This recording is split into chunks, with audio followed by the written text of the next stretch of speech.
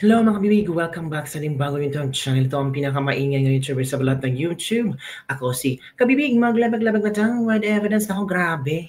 Congratulations Pangulong Duterte. Aprobado na sa Senado ang House Resolution for House Arrest para kay Pangulong Duterte at 15 senador ang bumoto.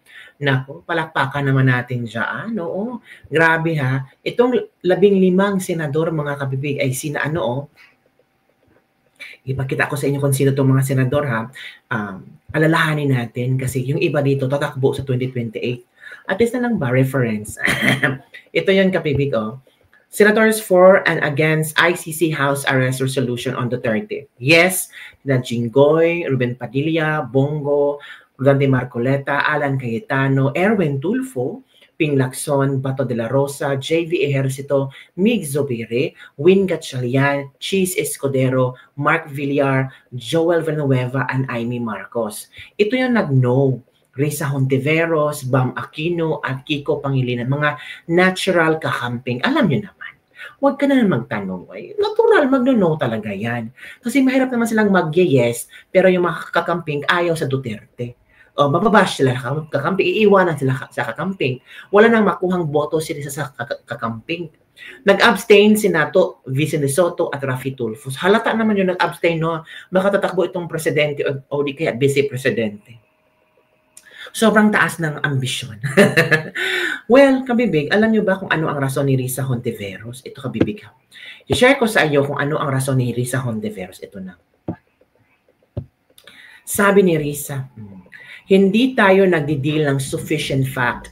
Wala pong indikasyon na ang ICC ay nagpapabaya sa kalusugan ng mga taong nasa kustodiya nila. Wow! Nagmukha ring isa pang halimbawa ng ating gobyerno na nagbibigay ng special treatment sa isang makapangyarihang individual. Paano naging makapangyarihan si Pangulong Duterte? Matanda na nga Risa, di ba? Kapag ordinaryong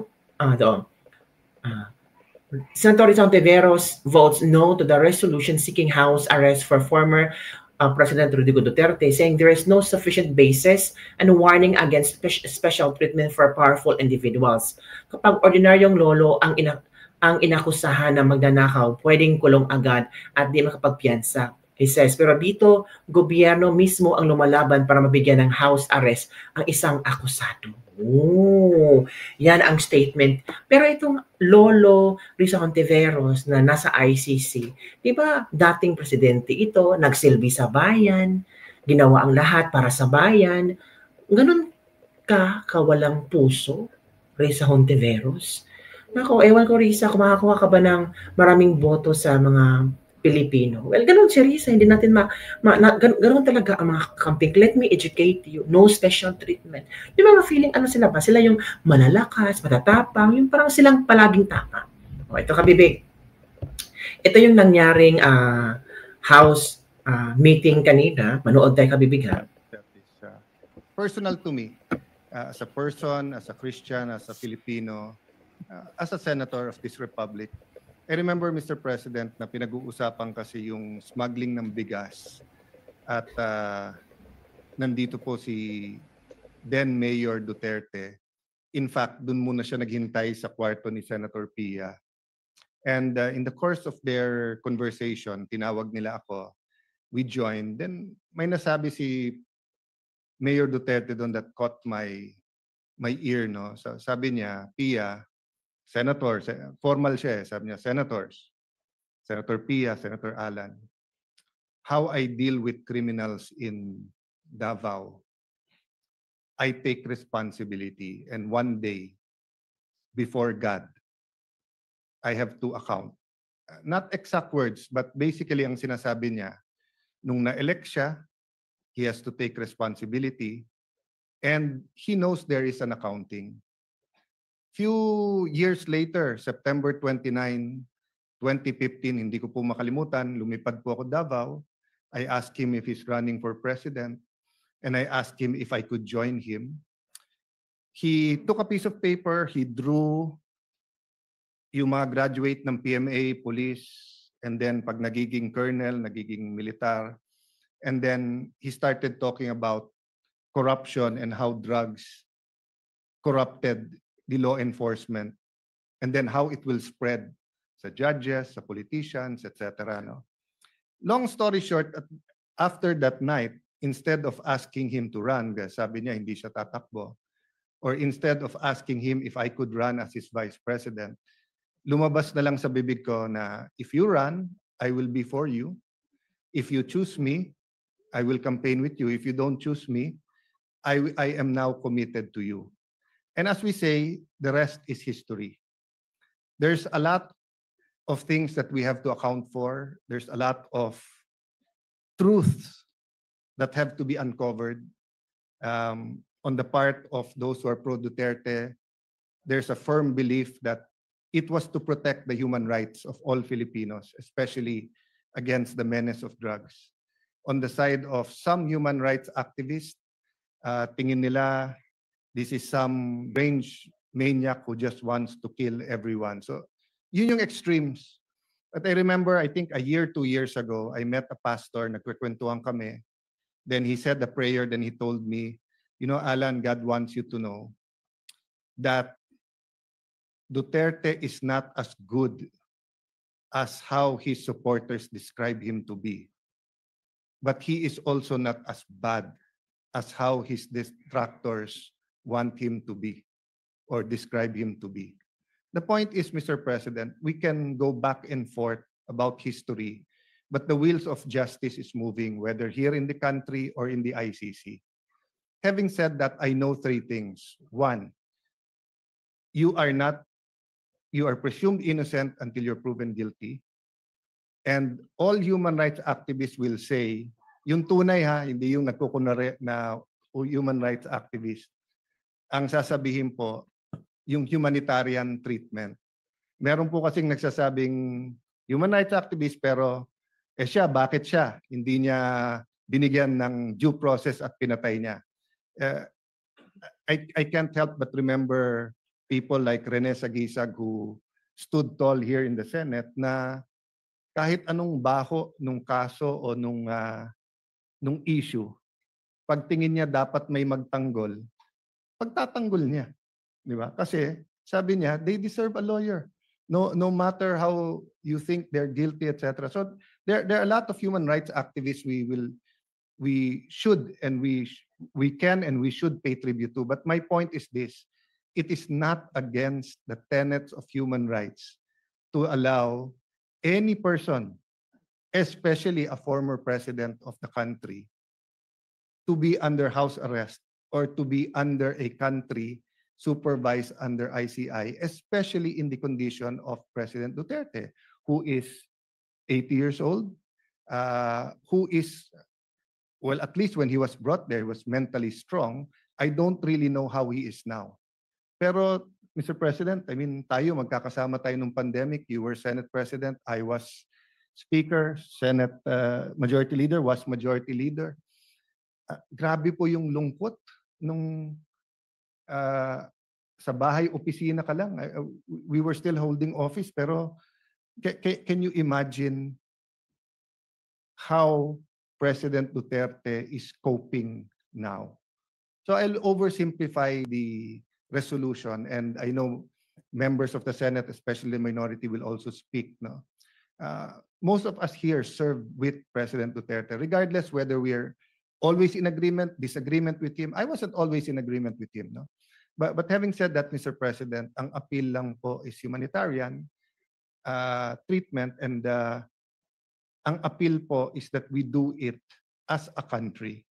So first step ang Senate, but I'll use this podium to appeal to Malacanang, might disagree very much with the Dutertes now, with all his children or most of his children, with some of his grandchildren, with people who claim to be Duterte diehard supporters. But again, balik tayo sa humanitarian.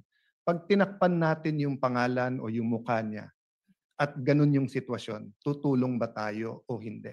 Di ba? So, I was looking for something to read the other night. Nabuksan ko po yung isang libro saying, hindi bago nung sinabi ng Panginoon Jesucristo, love your enemies, pray for them, pray for people who prosecute you. Sabi sa Leviticus pa lang, nandun na yon. So I guess part of our struggle as a people is, how to deal with each other when we disagree politically. And again, hindi ko po binababa yung temperature. Human rights is important. All these issues should be threshed out, and it will be threshed out in the ICC. Di ba? May ICI ka na dito, may ICC ka doon. So, but one thing we don't want to do, is to see the former president suffer as if it is a punishment when he has not been convicted. So, Mr. President, this is not only for him, but it is for us as a nation.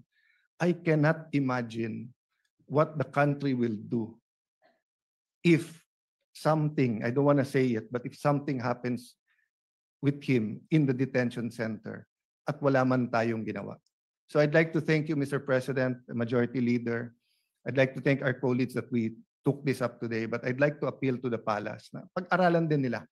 Just on that humanitarian, huwag nyo nang pansinin lahat ng tumitira o nagsasabi sa inyo o sa politika.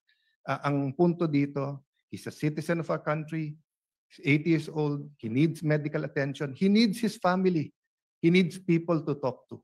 So thank you for this opportunity, Mr. President, and may I defer naman to the Majority Leader who will also sponsor this measure.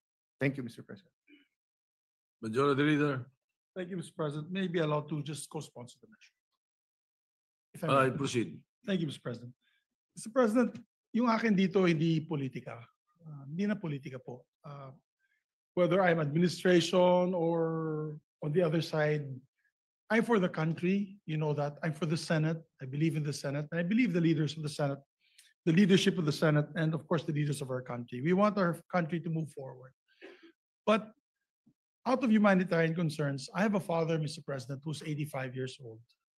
He might be listening right now, as a matter of fact. And as 85 years old, he has to be assisted. Because once you're over 80 years old, po, your balance, you have a problem with your balance. I see that with my father and my mother that has to be assisted. She's 82. Mr. President, yung tatay ko may medyo hindi na early stage dementia kasi minsan nakakalimot na rin siya sa mga anak niya. At talagang pag ganun ang stage, pati gamot nakakalimutan niya. So imagine you have a leader, former leader of the president, on isolation in that area na not assisted, talagang madideteriorate yung tao, Mr. President. We accord in the Philippine law accords persons of or detainees, persons deprived of liberty, a chance to see their family, a chance to even get visitors from not just family members but also other members of their circle. I remember also former President Joseph Estrada was given hospital arrest, and he was also given he was accorded certain liberties even when he was arrested. Former President Gloria Macapagal Arroyo also was given hospital arrest and given certain liberties also while arrested. Ako hindi na po ito politika. Huwag nyo nang isipin DDS o Marcos or kabila. Hindi po. Ito po, I'm speaking as a son who has a father that has the same illnesses that the president is feeling right now. So mine is more a humanitarian, compassionate request. That's why we toned down the resolution, Mr. President. Ginawa ko na lang po one-page resolution, just showing in view of his age and deteriorating health, asking the ICC, we're just appealing to the ICC to allow it within the rules. It's allowed within the rules. As a matter of fact, there has been instances in the past that they granted this kind of privilege to persons with deprived of liberty. So yun lamang po, Mr. President. I don't want to belate the point any further. Hindi po to politika, hindi dahil ganito ganyan. Walang political color to.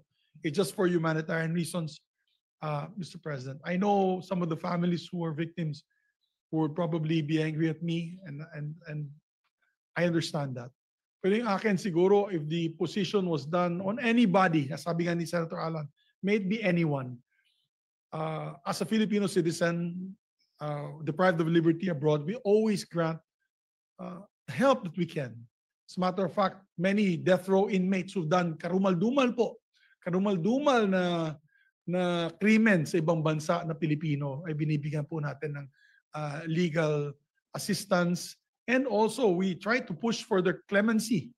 As a matter of fact, marami pong binigyan ng clemency in Middle East countries requested by the President. So yun lamang po, Mr. President, and maraming salamat sa ating mga kapatid na nakikinig po sa akin na yun. Mr. President, to co-sponsor the measure, we'd like to also recognize on the line of sponsorship, we have Senator Bato de la Rosa, Senator Bongo, Senator Robin Hood Padilla, and Senator Jinggoy Estrada. May we recognize, Mr. President, Senator Ronald Bato de la Rosa. Senator Ronald De La Rosa is recognized. Thank you, Mr. President. Habang ako'y nag-aaral sa PMA, yung aking tatay ay nilapitan ng mga NPA. At siya ay hinimok na ako ay pahintuin sa PMA para sumali sa NPA. Hindi sumunod ang aking tatay sa kagustuhan ng NPA. Instead, nagpadala sa akin ng telegrama yung aking tatay from Bato, Santa Cruz, Davao del Sur, telegrama, nakarating sa PMA Port del Pilar, Baguio City. Ang laman ng kanyang telegrama ay nakasaad doon, huwag kang mag-resign sa PMA. Bahala na kung ako'y patayin ng NPA kasi ikaw lang ang pag-asa ng iyong mga kapatid na makapag-aral. So hindi ako nag-resign, nagalit ang NPA, hinanting ang aking tatay. Nung araw na patayin na sana ang aking tatay ng mga NPA, napansin ng aking kapatid na babae na 12 years old, na palapit na yung mga armado sa aking tatay. Habang ang aking tatay ay nagmamaniho ng tricycle, papunta sa amin, mag-parking, palapit na yung mga NPA para tirahin na siya, naglupasay yung aking kapatid na babae dahil alam niya na may mangyari sa tatay namin. Napansin ng tatay ko, kaya sumibat ang aking tatay. Kinabukasan, buong pamilya sumakay ng barko doon sa Davao Pier. Sumakay ng barko, pumuntang Manila. Ang suot-suot lang. Yung damit lang na suot nila, wala silang nadalang gamit. Pagdating dito sa Manila, sila'y nakitira dyan sa squatters area sa may barangay Butukan, Project 2, Quezon City. Sa likuran lang ng Quezon City Police District. Pagkatapos, kami lumipat na doon sa squatters area pa rin, sa may Batasan, Quezon City. Noong ako'y graduate ng PMA, assign ako sa Davao at nagkataon na yung aking tatay ay nagkasakit. Nung siya nangihina na, ang pakiusap niya, Dong, pwede ba akong makauwi ng Davao kasi gusto kong lumanghap ng preskong hangin sa Mount Apo at kumain ng kinilaw na isda at uminom ng tuba. Bago man lang ako mamatay, pauwiin mo ako ng Davao. Sabi ko, Tay, hindi ka pwedeng umuwi dahil hanggang ngayon hinahanting ka pa ng NPA sa galit niya sa iyo. At kung uuwi ka, hindi kita mabantayan. Dahil busy ako na sa bundok ako ng Surigao, bundok ng Davao, nag-ooperate ako, naghahanap ng NPA. Ang trabaho ko, hindi kita maalagaan, hindi kita mabantayan. Namatay siya na hindi nakauwi ng Davao. Inuwi namin siya na bangkay na sa Davao. Napakalaki na pagsisisi ko. Sabi ko sana, nakauwi man lang siyang buhay. Ngayon, Mr. President, alam ko, kahit na wala akong direktang komunikasyon kay Pangulong Duterte, alam ko, deep inside my heart, bilang aking pangalawang ama, si Pangulong Duterte, alam ko deep inside my heart na the same message ang gusto niyang iparating sa akin. Bato, pauwiin mo na ako sa Davao para makakain ako ng munggo. Makakain ako ng inuunan na isda. Kaya, pag aking pakiusap ngayon sa ating mga kasamahan sa bulwagang ito, na sana, hindi pa huli ang lahat. Hindi pa huli ang lahat na sana tayo magkakaisa. Kung mabigat man sa kalooban ninyo, ako'y nakikiusap. Na sana Isang tabi muna natin ang politika at ating paghariin sa ating puso ang ating pagiging Pilipino, na kung saan nakaukit sa ating kultura at sa ating tradisyon ang pagmamahal, pagrespeto, pag-aruga sa mga matatanda, sa may mga sakit, at sa mga mahihina. Yan po ngayon si Pangulong Duterte. He is old, he is sick, and he is very weak. Very weak na hindi na siya makatayo. Hirap na siya makatayo ngayon.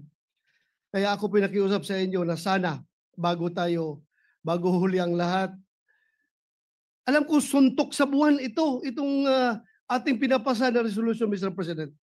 ICC is beyond our control. Pero at least nakikiusap man lang tayo.